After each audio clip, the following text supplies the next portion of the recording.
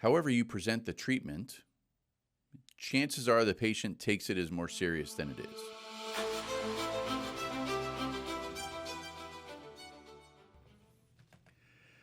Welcome to another episode of the Physician Growth Accelerator, a show where we break down your medical practice systems into vitals, give you the tools to diagnose the root cause of what may be restricting your growth, and prescribe what to do about it. I'm your host, Zed Williamson, and I believe that every system is perfectly designed to get the result it gets.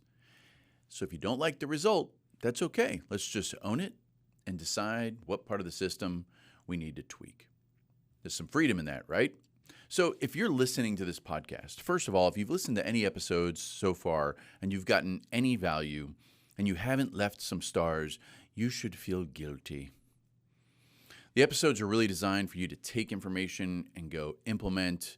They're short, they're quick, and it's super helpful if you leave some stars as a review. You don't need to write anything if you don't want to. But it helps other physicians across the country find this podcast. So wherever you're listening to this podcast, go ahead and find out where you can review us and leave some stars. But if you are listening to this podcast, I'm going to assume that you're dealing with some level of constraint within your practice. There are goals you want to achieve, and they feel like they might be a little out of reach. Maybe you've hit a plateau. Maybe you're feeling what some people would define as burnout. Maybe there's drama and unfun stuff happening at the office with staff and employees. These are the signs that you're at this point where there's a plateau and it seems like you work harder, or it seems like the world is pushing you down with lowering reimbursements, or just making cost to do business is higher. If you're affected by all those things, if they're driving the outcome of your business, then you may want to go to physiciangrowthaccelerator.com and check your vitals. And it's our way to do a check on your business so that you can identify where are these constraints, what's holding you back. Because remember, whatever you're experiencing today is the perfect outcome of the system that you're operating. So speaking of vitals, today we're going to talk about the reflection vital. So in the last stage of our group of vitals, this is in the experience stage, and the reflection vital is basically when a patient leaves and from diagnostics, there's just all this stuff has been done, and the next step is for them to really take care of the problem, and then they fall off. So what you might be witnessing in the office is treatments are booked, they're scheduled, people are high-fiving, schedules are looking good, but then on the day where you actually do them, you're getting some no-shows, some cancellations, some consistent reschedules of the treatment. It could be that patients are not completing all of the necessary things they need to do to have a treatment. That might be another sign of it. And what's interesting is at first, what we do is we put our brains on that patient. We go, darn it, this patient if they would just finish this stuff, when in reality, the patient is probably purposely not finishing this stuff because there's some level of question that exists in their mind as they reflect. And so if you want to think about the narrative, because the idea is we should never look at our business as these individual vacuums, these individual places where something happens. Everything is connected. Everything matters all the time. So way back when, there was a patient and they were dealing with something that they didn't like. And the way that they dealt with it in their life was going to be different amongst different people. Some people respond really quick and go, I need to get this taken care of. Some people use urgent care centers. Some people use over-the-counter medication. Some people just ignore it. Some people decide it's the way I have to live. All these things are potential ways that patients are dealing with what they're dealing with. Whether they went to primary care or wherever they got specifically to you, you got to think that there was a lot of things that happened before they actually got to you.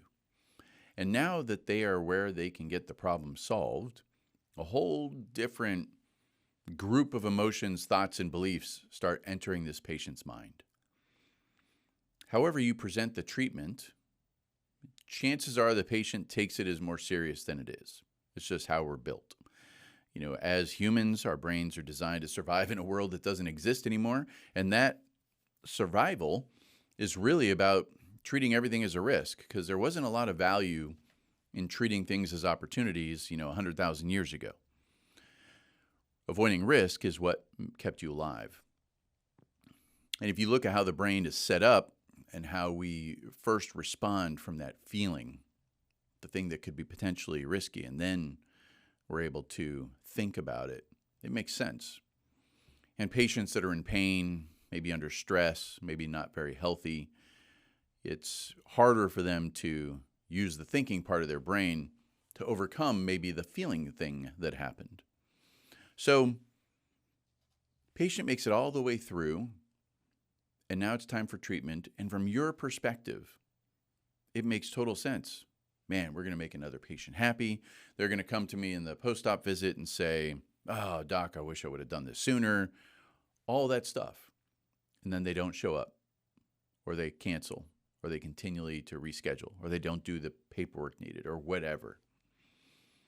And it's easy for you to think, gosh, this goofy patient, what are they doing? I guess they really weren't dealing with that big of a problem. I guess this isn't important to them. And sometimes it's better to try to swap your view with the patient. You might have heard me say this definition of lack of trust, where it's the idea that I believe something important to me is not safe with you, and that's lack of trust. So if you think about that patient, and you think about their experience, what got them to your door, what got them to all the things, setting them up so that you could finally solve the problem, what potentially can happen in that experience at the office that make them say to themselves, gosh, this thing that's important to me, I don't feel it's safe with them. Now, it doesn't mean what they believe is true. Truth is from perspective. But if they believe it, that means that is the perfect outcome of a system that you're operating. Now, you might be saying, Zed, we book a ton of treatments and we only lose maybe 5-10%. That's great. Can you affect the 5-10%? What kind of impact would that have on human lives outside of your building, the business health of your practice? And chances are those 5 to 10 are still, not chances are, it is, they are the perfect outcome of a system designed to get 5 to 10% of people not to move forward. So how can you affect this? One way is owning the path for the patient. It might seem very simple, the steps they need to take after you've determined that a treatment is the right thing, they're the good candidate, whatever. But are there a lot of steps for them to accomplish outside of your office? Are they steps that your staff just thinks are super easy, and if patients call and ask about it, you see your staff roll their eyes and go, "Oh my gosh, you just fill out the paperwork, it's not that big of a deal." Or for the patient, it's a big deal. Your staff has seen the paperwork 10,000 times. The patient's seen it once. Are you sending someone out for a final diagnostic that has to exist outside of your office? And are you doing anything to make sure that that is as comfortable and easy path for the patient to follow? Is there any way to bring that diagnostic into your office so that you're not sending them out? Sending a patient out for this final diagnostic, it's almost like a message in a bottle. There are times where it's just life happens, distraction happens, and that little gap of time, the patient just go, "Oh, now I'm going this way," and they never get the diagnostic, whatever thing they needed. So can you bring that in-house? And then also there's this interesting heuristic ambiguity effect. An ambiguity effect is defined basically, I'm going to simplify it, is if I don't understand the path, I will choose not to do it, not because it's confusing, but because I will assume worst case scenario. And that's different than confusing. So think about that. If the path is not clear, someone doesn't do it because it's confusing. They do it because they assume the worst case scenario. So how clear is the path for the patient? How stated is it to the patient where, Mr. Patient, we're so excited that you came to us. You were frustrated with this, this, and this. You haven't been able to do these important things in your life. We've determined root cause is this, and we have this solution that has this outcome. And here's the process. First thing is this, this, this, and this, and this. You have any questions about that? Second thing is this, this, this. Have any questions about that? So I know this can feel like a lot. It can feel like there's a lot of steps, but you have lived this life all these years, and we are right at the goal line. You are just inches away from us taking care of this problem. So don't think like there's a lot in front of you.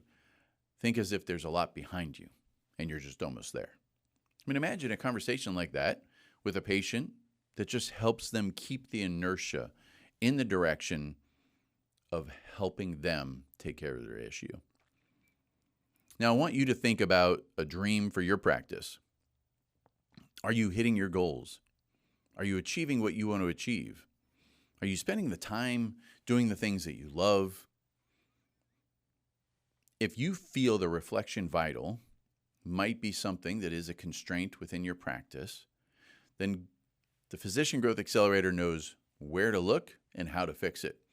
You can go to physiciangrowthaccelerator.com, click on Vitals, and we'll talk to you about it and help you remove these constraints. Thanks a lot. We'll see you next time on the Physician Growth Accelerator.